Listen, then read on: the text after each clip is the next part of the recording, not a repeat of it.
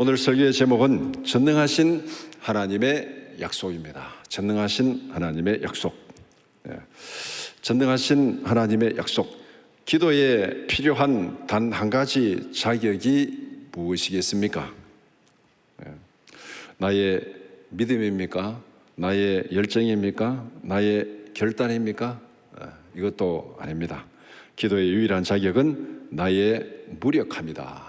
이것이 지난 3박 4일 동안 금식 수련의 가장 중요한 핵심 주제였습니다. 기도는 무력함을 인정하며 예수님께 마음을 여는 태도, 이것이 기도다. 그래서 아무것도 할 수 없음을 고백하는 순간 진정한 기도가 시작된다. 진정한 기도는 정말 내가 아무것도 할 수 없다는 그것을 인정하고 하나님 앞에 나올 때, 그때 진짜 기도가 시작된다는 것입니다. 오늘 창세기 17장 1절에서 8절을 함께 읽었습니다. 이 말씀이 이 기도, 무력함을 드러내는 그 말씀하고 아주 잘 연결되는 말씀입니다. 하나님은 14년의 침묵 후에 아브라함에게 나타나셨습니다. 이 17장 1절에서 8절 말씀, 이것을 제대로 이해하기 위해서는 앞에 있는 16장 1절부터 잠시 좀 봐야 됩니다. 16장 1절 이하 같이 한번 보겠습니다. 아브라함의 아내 사레는 출산하지 못하였고 그에게 한 여종이 있으니 애굽 사람이요 이름은 하갈이라. 사레가 아브라함에게 이르되 여호와께서 내 출산을 허락하지 아니하셨으니 원하건대 내 여종에게 들어가라. 내가 혹 그로 말미암아 자녀를 얻을까 하노라 하매 아브라함이 사레의 말을 들으니라. 아브라함의 아내 사레가 그 여종 애굽 사람 하갈을 데려다가 그 남편 아브라함에게 첩으로 준 때는 아브라함이 가나안 땅에 거주한 지 10년 후였더라. 아브라함이 하갈과 동침하였더니 하갈이 임신하며 그가 자기의 임신함을 알고 그의 여주인을 멸시한지라. 오늘 이 17장 딱 보면은 16장 마지막이 뭐냐면은 이가 하갈이 아브라함에게 이스마엘을 낳았을 때에 아브라함이 86세였더라. 그래서 연도를 한번 보면은 이 아브라함이 하란을 떠날 때 75세였습니다. 창세기 12장 4절에 보면은 그 다음에 85세 때 하갈을 첩으로 주었습니다. 86세 때에 이스마엘이 태어났습니다. 그래서 오늘 본문이 99세 때에 시작된 거예요. 그러니까 이 75세, 85세, 99세. 그러면은 앞에 16절부터 보면은 이게 13년의 침묵 같지만은 앞에 그 하갈을 첩으로 준 때 1년 전으로 계산하면은 14년 만의 침묵입니다. 하나님은 14년 동안 침묵하시다가 99세 때에 아브라함에게 나타나셨습니다. 지금 가나안 땅으로 온 지 10년이 지났고 지금 14년 침묵하셨고, 그러면은 이 긴 기다림 속에서 아브라함은 지치고 하나님의 부르심을 의심할 수밖에 없는 상황이 되었습니다. 한번 생각해 보세요. 하나님께서 내가 지시할 땅으로 가라 해가지고 왔는데 이제 10년 지나가지고 이제 어떻게 좀 뭐 자기 나름대로 뭐 해보려고 했는데 그 다음부터 하나님이 14년 동안 침묵하십니다. 그 긴 기다림, 이제는 뭐 다 끝났는 모이다. 하나님이 이제 다 뭐 잊어버리고 그냥 내가 여기서 그냥 내 힘으로 살아가야지 뭐 어떻지. 완전히 하나님을 의심하고 기다림 속에서 지칠 수밖에 없는 상황. 99세 때에 이름을 바꾸시고 영원한 언약을 새롭게 하십니다.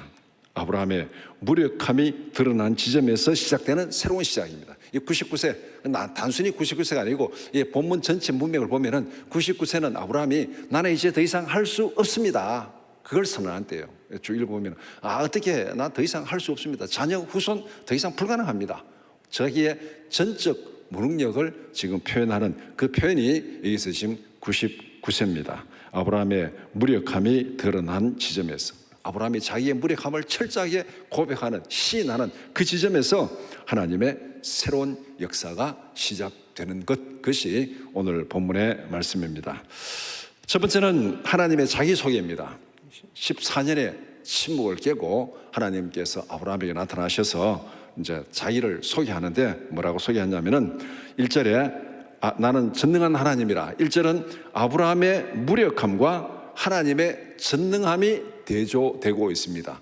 99세 때에 아브라함이 전적으로 나는 이제 뭐 후손을 낳거나 뭐 할 수 있는 그런 상황이 전혀 아닙니다. 자신의 전적인 무력함, 그리고 그 하나님께서 나는 전능한 하나님이라 무력함과 전능함이 대조되는 말씀이 1절입니다.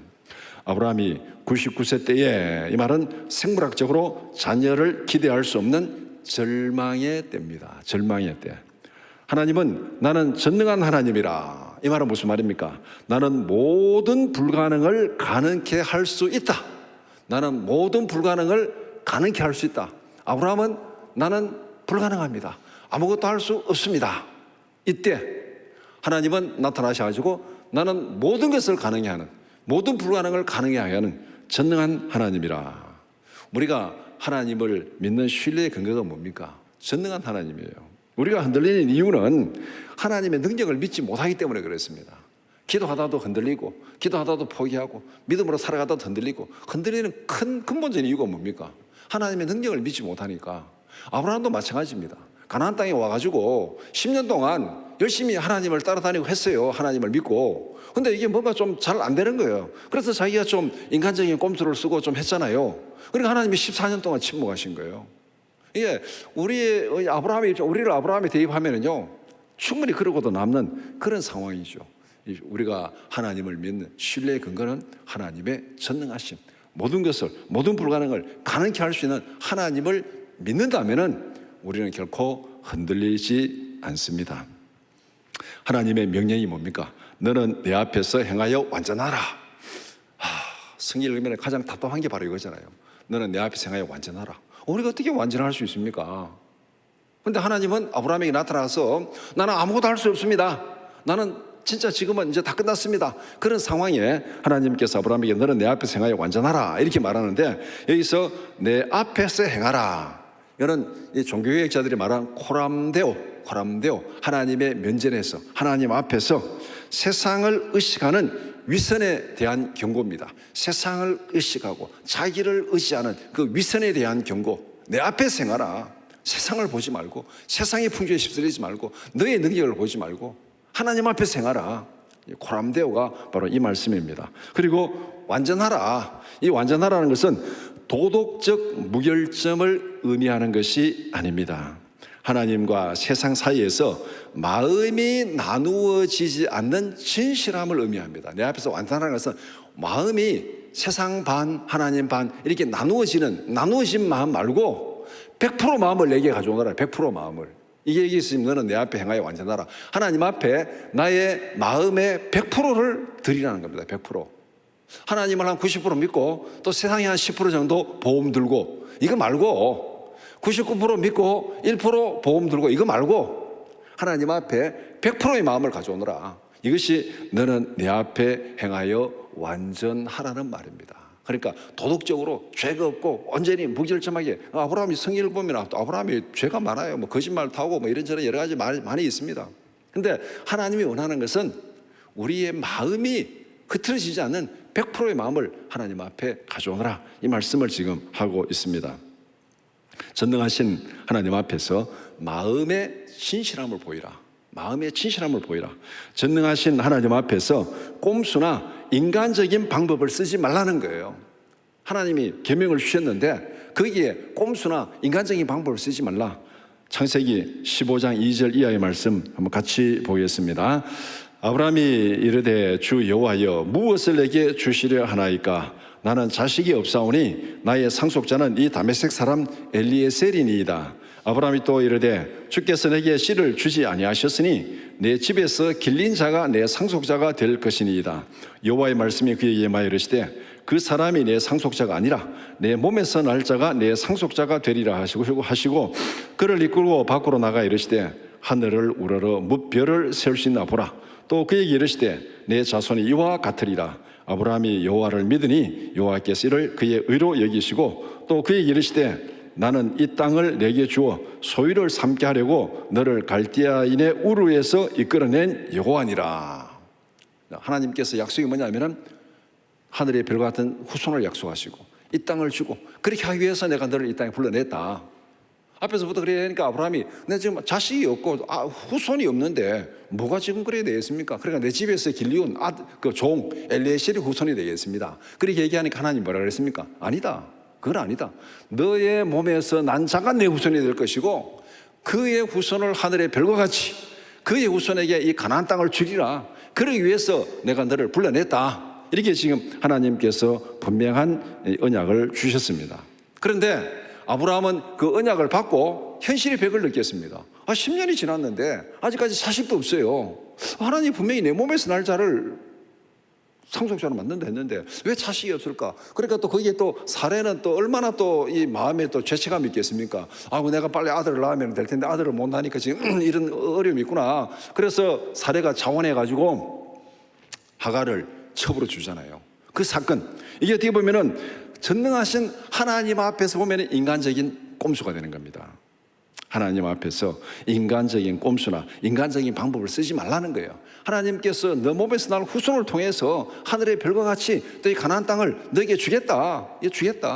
이 일을 위해서 내가 너를 불러냈다. 그러니까 하나님의 부르심의 목적은 아브라함의 후손에게 이 땅을 주고 번성케 하는 그것을 위해서 불러냈는데, 아브라함을 생각할 때 이거 도무지 안 되겠다, 지금 현실의 벽이 너무 크다. 그러니까 거기에서 하나님의 언약을 대충 이렇게 꼼수로 자기 생각으로 이렇게 변경해 버린 겁니다.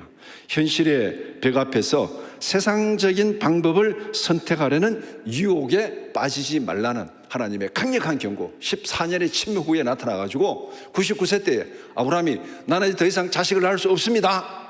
그때 나는 전능한 하나님이라, 이제부터 과거에 했던 것처럼 꼼수 부리지 말아라, 인간적인 방법 쓰지 말아라. 하나님께서 자기를 소개하면서 바로 이 말씀을 아브라함에게 강력하게 경고하고 뒤에 언약을 새롭게 하는 그 장면이 오늘 본문에 있는 말씀입니다. 우리 믿음으로 선포합시다. 나의 형편이 아니라 전능하신 하나님을 온전히 믿고 따르게 하소서. 1절 말씀이 우리에게 바로 그것을 얘기하는 거예요. 내 형편을 보지 말고, 세상의 환경을 보지 말고, 내 상황을 보지 말고, 나를 부르시고 구원하신 전능하신 하나님, 그분을 믿고 따르라. 이것이 14년의 꼼수를 부린 아브라함에게 14년 동안 침묵하시다가 나타나신 하나님의 강력한 경고고, 또 언약을 새롭게 하는 새 출발의 말씀입니다.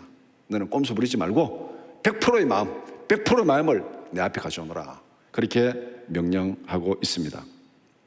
두 번째는 이제 후손에 대한 약속입니다. 하나님께서 아브라함에게 경고하시고 이제 아브라함이 이렇게 좀 허물어뜨린 이 언약을 다시 재건하는 그 상황이 오늘 본문에 있는 말씀입니다. 하나님은 아브라함의 이름을 아브라함으로 바꾸십니다. 그래서 아브라함은 존귀한 아버지, 한 가문의 가문 중심적인 명예를 나타내는 아브라함, 존귀한 아버지, 너는 존귀한 아버지다, 한 가문의 가장으로서. 그런데 아브라함으로 바꾸었습니다. 열국의 아버지라, 열국의 아버지. 축복의 범위가 모든 민족으로 확장되는 거예요. 한 가문의 아버지가 아니라 너는 열국의 아버지가 될 거다. 이름을 바꾼 것은 후손에 대한 약속임과 동시에 사명의 확장입니다. 사명의 확장. 우리 가문을 위해서, 우리 가정만 위해서가 아니라 이제는 너는 열국을 품고 세상을 품고 살아가는 열국의 아버지가 될 거다. 후손이 번성하는 것, 그거 이상으로 아브라함의 사명이 이렇게 확장되고 있습니다. 하나님께서 아브라함을 부르신 목적이 뭔지를 지금 여기에서 분명히 보여주는 거예요. 전능하신 하나님이 이렇게 할 건데 너 앞으로 꼼수 부리지 마라, 인간적인 방법 쓰지 말아라, 지금 그 경고하면서 언약을 새롭게 하십니다. 이름의 변경은 아브라함에게 언약적 확신을 주신 것입니다. 아브라함의 상태는 어떻습니까? 오랜 기다림과 99세의 나이로 낙심한 때입니다. 앞에서 우리가 읽은 대로 후손에 대한 언약을 인간적인 방법으로 변경해 버렸습니다. 하나님의 방법을 쓰지 않고 하갈을 들여다가 여종을 들여다가 지금 이스마엘을 낳는 그 방법으로 인간적인 꼼수로 변경해버린, 언약을 무너뜨려버린 그런 상황입니다. 그 상황에서 전능하신 하나님이 아브라함에게 변경된 언약을 새롭게 하는 거예요. 아브라함이 무너뜨린 그 언약을 다시 세우고 다시 확실하게 확인하는 그 말씀이 바로 하나님께서 아브라함의 이름을 바꿔주는 거예요. 아브라함이라 하지 말고 아브라함이라 하라. 이제는 너를 내가 열국의 아버지로 만들겠다. 그렇게 말씀하고 있습니다. 하나님이 붙여주신 이름은 그 사람의 운명을 결정합니다. 이 성경에 보면은 이름이 바뀐 경우들이 많이 있죠. 뒤에 이제 이 사레도 사라로 바뀌고, 또 야곱이 이스라엘로 바뀌고, 이런 이름 사울이 바울로 바뀌고, 이런 이름의 변경이 많이 있는데, 그 이름의 변경은 그 사람의 운명을 결정하고 그 사람이 앞으로 살아갈 사명이 무엇인지를 분명히 보여주는 것입니다. 하나님은 현재의 모습 아브라함을 미래의 비전 아브라함으로 부르셨습니다. 한 가문의 존귀한 아버지가 아니라 열국의 아버지로 하나님께서 부르셨어. 나는 이제 너를 아브라함이라 부르겠다, 열국의 아버지라고 부르겠다, 그렇게 말씀하고 있습니다. 이름이 바뀐다는 것은 언약 안에서 새로운 존재가 되었음을 의미합니다. 지금 하나님께서 언약을 새롭게 하면서 아브라함이 한 가문의 가장이 아니라 이제는 열국의 아버지로 새로운 존재로 바뀐 것을 말하고 있습니다. 그렇다면 오늘 우리에게도 마찬가지입니다. 우리도 그리스도 안에서 새로운 이름으로 거듭났습니다. 우리도 그리스도 안에서 새로운 이름으로 거듭났어요. 고린도후서 17장 이하의 말씀 같이 보겠습니다. 그런즉 누구든지 그리스도 안에 있으면 새로운 피조물이라. 이전 것은 지나갔으니 보라 새 것이 되었도다. 모든 것이 하나님께로서 났으며 그가 그리스도로 말미암아 우리를 자기와 화목하게 하시고 또 우리에게 화목하게 하는 직분을 주셨으니 곧 하나님께서 그리스도 안에 계시사 세상을 자기와 화목하게 하시며 그들의 죄를 그들에게 돌리지 아니하시고 화목하게 하는 말씀을 우리에게 부탁하셨느니라. 우리는 죄를 범함으로 해서 하나님과 원수가 되었어요. 원수가 되었는데 예수 안에서 예수님 우리 죄를 위해서 대신 십자가에 죽으심으로 하나님과 화목하게 되었습니다. 화목하게 됐고, 화목하게 된 것으로 끝나는 것이 아니고 우리에게 화목하게 하는 직분을 주셨어요. 직분. 너는 세상과 하나님을 화목하게 하는 직분을 우리에게 주시고, 그 직분을 주시고 끝나는 것이 아니라 그것을 실천할 수 있는 화목하게 하는 말씀을 우리에게 부탁했습니다. 그리고 우리는 말씀을 통해서, 복음을 통해서, 복음을 전함으로 세상과 하나님을 화목하게 하는 직분을 우리에게 주신 거예요. 우리는 바로 이 복음의 증인으로 살아가는 것, 복음의 증인으로 살아가는 것, 이것이 예수 그리스도 안에서 부름을 받은 우리의 새로운 이름, 성도고 우리의 새로운 사명입니다. 이름이 바뀐 것은, 그리스도 안에서 새로운 피조물이 된 것은 우리의 존재가 바뀐 것이고 우리의 사명이 바뀐 것, 그것을 말씀하고 있습니다. 바로 하나님께서 아브라함을 아브라함으로 부른 것은 바로 우리가 예수 안에서 새로운 피조물이 된 것과 마찬가지입니다. 우리 믿음으로 결단하며 선포합시다. 나는 예수 그리스도 안에서 세상을 살리는 축복의 통로로 부름을 받았다. 우리가 예수 믿고 구원받고 복음을 받은 것은 바로 이 복음을 전해서 세상을 살리는 축복의 통로로 우리가 부름을 받은 거예요. 그러니까 후손에 대한 언약은 결국은 뭡니까? 아브라함이라는 열국의 아버지로 바꾸고 후손이 풍성히 되고, 그 풍성히 되는 것은 사명이 확장된 거예요. 열방을 향한 사명이 확장된 거. 우리가 예수 안에서 구원받은 것도 마찬가지입니다. 우리는 이 땅에서 늘 내 혼자 잘 먹고 잘 살고 어떻게 하면 내가 좀 이렇게 잘 살까, 여기에서 바둥바둥 살아갔는데 예수 안에서 우리를 화목하는 직분을 주시고 화목케 하는 말씀을 주시고 거듭난 자로서 새로운 피조물로서 열방을 품고 기도하는, 열방을 품고 하나님의 사역에 동참하는 그런 존재로 우리를 부르셨습니다. 후손에 대한 언약, 이름이 바뀌고 사명이 바뀌고 사명이 확장되는 그 은혜가 예수 안에서 우리에게 주신 은혜입니다. 세 번째는 영원한 기업에 대한 언약입니다. 후손이 있으면은 그 다음에 뭐가 있어야 됩니까? 기업이 있어야 돼요. 흔히 말 땅이 있어야 돼요. 땅이 있어야 되는데 바로 영원한 기업에 대한 언약인데, 아브라함에게 주신 기업에 대한 언약의 핵심은 두 가지입니다. 여기서 뭐가 핵심인지 우리가 그냥 성경 읽어가면 놓치기 쉽습니다. 첫 번째는 땅에 대한 언약. 내가 거류하는 가나안 땅을 영원한 기업으로 주겠다. 후손이 있으면 땅이 있어야 돼요. 우리가 이제 국가라고 말할 때 국가의 3대 요소가 뭡니까? 이제 이 국민이 있고, 그 다음에 땅이 있고, 주권이 있어야 되잖아요. 국민이 있고 땅이 있고 주권이 있어야 국가가 되는 거예요. 우리가 일제 강점기 때 우리 이 한반도에 우리 민족이 살았지만은 나라를 빼앗기는, 주권을 빼앗기니까 나라가 되지 못하는 거잖아요. 그러면은 후손이 있으면은 땅이 있어야 되는데 하나님께서 이 가나안 땅을 우리에게, 내 후손에게 주겠다. 그 다음에 관계에 대한 언약입니다. 나는 너와 내 후손의 하나님이 되리라. 나는 너와 내 후손의 하나님이 되리라. 여기서 언약의 핵심은 나는 그들의 하나님이 되리라는 선언입니다. 땅도 중요하지만 이거는 임시적인 약속이에요. 임시적인 약속이고, 진짜 언약의 기업에 대한 약속은 내가 너의 하나님이 되겠다. 내가 너의 후손의 하나님이 되겠다. 이 관계에 대한 언약이 진짜 기업에 대한 약속입니다. 성경을 관통하는 언약의 핵심은 하나님과 관계입니다. 구약에도 마찬가지입니다. 다 하나님께서 구원하고 나는 너의 하나님이 되고 너는 내 아들이 되리라. 나는 너의 하나님이 되리라. 계속 이 구약의 모세 오경에도 읽다 보면은 언약이 나오면은 늘 뒤에 딱 마지막 결론이 나는 너의 하나님이 되리라. 이 말씀이 계속 따라 나옵니다. 하나님이 창조하신 세상이 언약 백성의 영원한 기업이 아닙니다. 하나님이 가나안 땅에 이 땅을 내 후손에게 영원한 기업으로 주리라 했는데, 그런데 기본적으로 이 땅은 영원하지 않습니다. 이 땅은 지나갑니다. 그러니까 하나님이 창조하신 이 세상이, 죄로 물든 이 세상이 언약 백성의 영원한 기업이 될 수 없습니다. 천지를 창조하신 하나님 자신이 언약 백성의 영원한 기업입니다. 하나님 자신이 영원한 기업이에요. 그럼 하나님 자신이, 우리가 이 땅이 아니라 하나님 자신이 영원한 기업이 된다는 것이 어떤 의미가 있는지, 그것을 우리가 요한복음 15장에 보면은 하나님이 우리의 기업이 되면은 어떤 일이 일어난지를 거기에서 포도나무 비유를 들어서 설명하고 있습니다. 요한복음 15장 5절 이하 말씀 같이 보겠습니다. 나는 포도나무여 너희는 가지라. 그가 내 안에 내가 그 안에 거하면 사람이 열매를 많이 맺나니 나를 떠나서는 너희가 아무것도 할 수 없음이라. 사람이 내 안에 거하지 아니하면 가지처럼 밖에 버려져 마르나니 사람들이 그것을 모아다가 불에 던져 살았느니라. 너희가 내 안에 거하고 내 말이 너희 안에 거하면 무엇이든지 원하는 대로 구하라. 그리하면 이루리라. 하나님을 떠난 땅, 아무런 의미가 없어요. 포도나무인데 가지가 붙어있지 않으면 너는 아무것도 할 수 없다. 열매를 맺을 수 없다.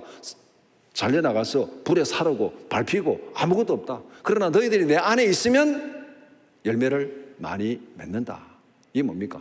하나님이 진짜 영원한 기업이라는 거예요. 하나님과 관계가 단절되면은 이 땅도 아무런 의미가 없고 이 세상에 가신 아무것도 의미가 없습니다.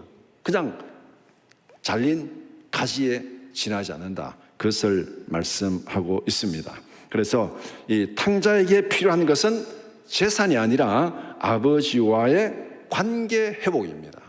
오늘 우리에게도 마찬가지예요. 우리가 이제 누가복음 15장에서 말하는 탕자의 비유는 우리와 하나님 관계를 말하고 있잖아요. 우리의 영원한 기업이 뭡니까? 영원한 기업은 이 땅에 있는 재산, 땅, 그것이 아니에요. 하나님과 관계 회복이에요. 아무리 많은 것을 가져도 하나님과 관계가 단절되면 그건 끝이에요. 그건. 누가복음 15장 16절 이하 말씀 우리 같이 보겠습니다. 그가 돼지 먹는 지엽 열매로 배를 채우고자 하되 주는 자가 없는지라. 이에 스스로 돌이키르되 내 아버지에게는 양식이 풍족한 품꾼이 얼마나 많은가. 나는 여기서 주려 죽는구나. 아들이 이르되 아버지, 내가 하늘과 아버지께 죄를 지어사오니 지금부터는 아버지의 아들이라 일컬음을 감당하지 못하겠나이다 하나 아버지는 종들에게 이르되 제일 좋은 옷을 내어다가 입히고 손에 가락지를 끼우고 발에 신을 신기라. 그리고 살찐 송아지를 끌어다 잡으라. 우리가 먹고 즐기자. 이 내 아들은 죽었다가 다시 살아났으며 내가 잃었다가 다시 얻었노라 하니 그들이 즐거워하더라. 지금 탕자에게 필요한 게 뭐예요? 나는 여기서 주려 죽는구나. 이게 지금 탕자의 무력함. 아브라함의 99세 아무것도 할 수 없다. 죽음이다. 지금 여기서 필요한 게 뭐예요? 탕자에게 필요한 것은 그저 배를 채우는 하루 세끼 밥이 중요한 게 아니에요. 그게 중요한 게 아니에요. 아버지께로 돌아가면 되는 거예요. 아버지와 관계가 회복되면 되는 거예요. 아버지께로 돌아갔더니 다 끝났잖아요. 다 해결됐잖아요. 그러니까 나는 너의 하나님이 되리라. 이것이 어떤 의미인지, 하나님이 우리의 영원한 기업이 된다는 것이 어떤 의미인지를 이 요한복음 15장과 누가복음 15장 말씀을 보면은 이것이 그런 의미구나. 충분히 이해할 수 있습니다. 그래서 언약의 핵심은 하나님과 관계다. 영원한 기업의 핵심은 땅이 아니라 이 세상의 것이 아니라 하나님과 관계, 하나님 자신이 우리에게 영원한 기업이다. 하나님이 함께 하시면, 하나님 한 분만 계시면 나머지는 필요가 없어요. 이게 젖먹이 어린아이에게 필요한 건 뭡니까? 엄마만 있으면 돼요. 젖먹이 어린아이에게 필요한 건 엄마만 있으면 돼요. 다른 건 다 필요 없어요. 엄마가 다 알아서 해결할 거예요. 바로 우리가 하나님이 나의 영원한 기업이 된다는 것, 하나님과 관계 회복이 바로 그런 것입니다. 우리에게 진정한 기업은 무엇입니까? 세상의 소유입니까? 아니면 하나님 자신입니까? 하나님 자신이에요. 하나님 자신. 땅보다 중요한 것은 그 땅의 주인이신 하나님이십니다. 요한계시록 21장 1절 이하의 말씀 보겠습니다. 또 내가 새하늘과 새 땅을 보니 처음 하늘과 처음 땅이 없어졌고 바다도 다시 있지 않더라. 또 내가 보매 거룩한 성 새 예루살렘이 하나님께로부터 하늘에서 내려오니 그 준비한 것이 신부가 남편을 위하여 단장한 것 같더라. 내가 들으니 보좌에서 큰 음성이 나서 이르되 보라, 하나님의 장막이 사람들과 함께 있음에 하나님이 그들과 함께 계시리니 그들은 하나님의 백성이 되고 하나님은 친히 그들과 함께 계셔서 모든 눈물을 그 눈에서 닦아주시니 다시는 사망이 없고 애통하는 것이나 곡하는 것이나 아픈 것이 다시 있지 아니하리니 처음 것들이 다 지나갔음이로라. 이 땅의 처음 것들이 다 지나갔어요. 새하늘과 새 땅. 이 땅의 것은 영원한 기업이 될 수 없어요. 그런데 하나님이 함께 하시니까 다 있잖아요. 아픈 것도 눈물도 고통도 다 지나가고 하나님과 영원히 기뻐하는 하나님이 우리의 진짜 영원한 기업임을 분명히 말씀하고 있습니다. 그러니까 후손에 대한 약속, 이름을 바꾸어주고 기업에 대한 약속, 내가 너희 하나님이 되리라, 그렇게 말씀하고 있습니다. 믿음으로 결단합시다. 세상에 지나가는 것이 아니라 하나님이 나의 영원한 기업이 되어 주옵소서. 이것이 우리의 진짜 간절한 마음이고 간구고 소망이 되어야 됩니다. 말씀을 정리해 봅시다. 우리가 믿는 하나님은 전능하신 분입니다. 우리의 시선을 전능하신 하나님께 고정합시다. 우리의 마음을 세상에 빼앗기지 말고 하나님께 집중합시다. 너는 내 앞에 완전하라. 이게 뭡니까? 마음이 분리되지 말고 마음이 나누지 말고 언제나 마음으로 하나님 앞에 서라는 그 말씀입니다. 우리의 시선과 마음을 하나님께 집중하고 하나님께 고정하라는 말씀입니다. 하나님이 바꿔주신 새로운 신분에 맞게 살아갑시다. 우리는 더 이상 죄인으로서 세상의 종로로 다는 사람이 아닙니다. 죄인으로서 세상의 종로로 다며 끌려다니는 사람들이 아닙니다. 예수 안에서 구원받은 하나님의 자녀답게 살아가기를 축복합니다. 하나님 앞에서 축복의 통로로 화목케 하는 자로 그 말씀을 가지고 하나님 앞에서 정말 하나님의 자녀답게 변화된 이름의 신분에 맞게 살아가는 우리의 삶이 되어야 됩니다. 우리와 우리 자녀들이 받을 최고의 유산을 준비합시다. 우리가 자녀들에게 물려줄 최고의 유산이 뭡니까? 집을 물려주고 땅을 물려주고 어떤 권세를 물려주고 그것도 굉장히 좋지, 없는 것보다 훨씬 낫습니다. 그러나 하나님이 창조하신 세상은 우리의 영원한 유산이 될 수 없다. 전능하신 하나님이 우리의 영원한 기업이 되기를 축복합니다. 아무리 재산을 많이 물려줘도 그 자식이 그냥 오히려 더 허랑방탕하게 자식의 인생을 망칠 수도 있어요. 하나님과 분리되면 그것이 오히려 더 저주가 될 수도 있습니다. 전능하신 하나님이 우리의 영원한 기업이 되어야 됩니다. 우리 하나님 앞에서 나의 무력함, 아브라함의 99세 탕자의 무력함, 내가 여기서 줄여 죽는구나, 그 상황에서 나는 여기서 지금 아무도 할 수 없습니다. 난 현실의 벽 앞에 부딪혀 있습니다. 이 상황에서 우리가 할 수 있는 가장 중요한 것은 무엇입니까? 그것은 우리의 절망이 아니라 끝이 아니라 내가 믿는 전능하신 하나님이 나를 통해서 일하시는 영광스러운 시작인 줄 믿습니다. 하나님이 나의 기업이 되어 주옵소서. 하나님이 내게 오셔서 하나님이 내 인생의 주인이 되어 주시옵소서. 나는 지금 아무것도 할 수 없습니다. 현실이 배 앞에 부딪혀 있습니다. 그러나 하나님이 주인이 되어 주시고 하나님이 새로운 전능하신 하나님이 나를 통해서 영광스러운 역사를 시작하여 주옵소서. 이런 소망으로 기도하고 하나님 앞에 나가는 우리 모두가 되기를 주님의 이름으로 축원합니다.